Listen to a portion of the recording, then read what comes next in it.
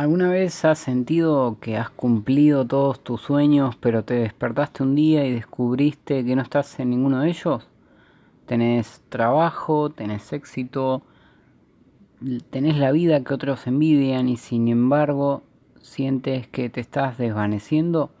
Quédate hasta el final porque hoy vamos a leer un correo, un email que llegó desde el corazón de Nueva York. Una historia sobre lo que nadie te cuenta de lograrlo lejos de casa. El correo comienza así.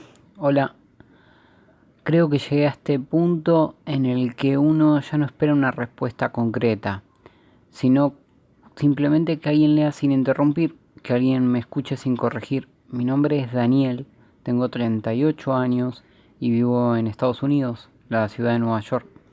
A veces esta ciudad se siente como el centro del mundo y otras veces como el lugar más solitario del planeta. Soy inmigrante. Vine aquí con una maleta llena de promesas y el mandato de mi familia, de ser alguien. En mi país soy el que lo logró. Para mis papás soy el trofeo que justifica sus sacrificios. Durante 10 años mi único motor fue rendir, enviar dinero y mandar fotos de rascacielos diciendo que todo va de maravilla. Pero nadie te cuenta el costo de ser el orgullo de la familia. Te conviertes en una inversión, no en un ser humano. Desde afuera mi vida parece estar bien. Trabajo estable en una oficina que mira hacia los rascacielos de Manhattan, un departamento decente, familia viva y amigos con los que todavía me escribo. Pero hace tiempo que una frase me persigue cada mañana mientras tomo el café frente a la ventana. Me siento vacío, o peor aún, me siento vacía, como si mi alma ya no tuviera nombre ni fuerzas. Me golpeó capaz la crisis de los 30 años como un tren de carga. No es una crisis de querer cosas materiales, es una crisis de significado. De repente me miré las manos y sentí que estaban vacías. Es un agotamiento emocional que no se describe en los libros, no es cansancio físico. Es la sensación de que tu batería interna ya no carga. Te levantás, vas al gimnasio, tomás el subte y todo el tiempo hay una voz en tu cabeza que dice estoy cansado de todo.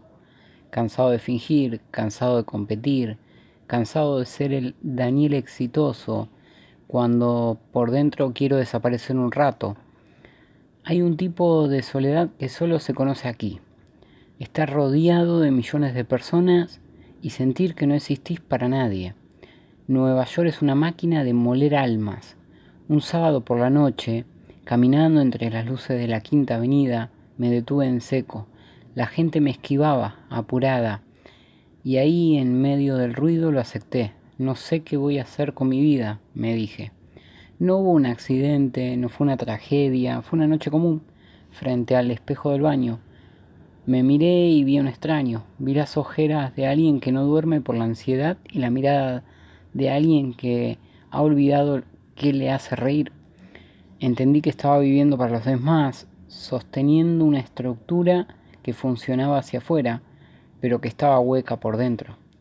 Fue una noche de llanto silencioso, no por tristeza, sino por el alivio de dejar caer la máscara. Quería, quería otra forma de estar vivo. Ahí empezó algo distinto, lento, incómodo, sin épica. Empecé a escucharme, a aceptar que el vacío no era un defecto, sino un mensaje. Hablé más, pedí ayuda, dije que no, renuncié a algunas cosas que ya no me representaban.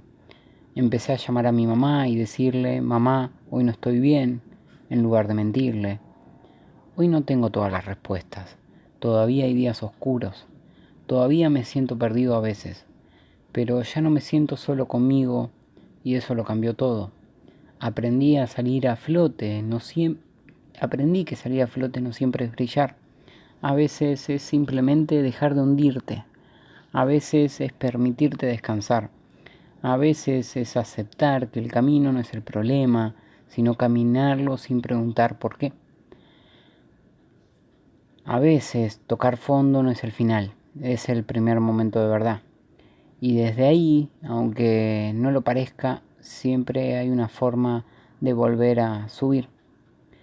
Este fue el correo que me llegó. de Daniel de Estados Unidos y lo quería compartir con todos ustedes.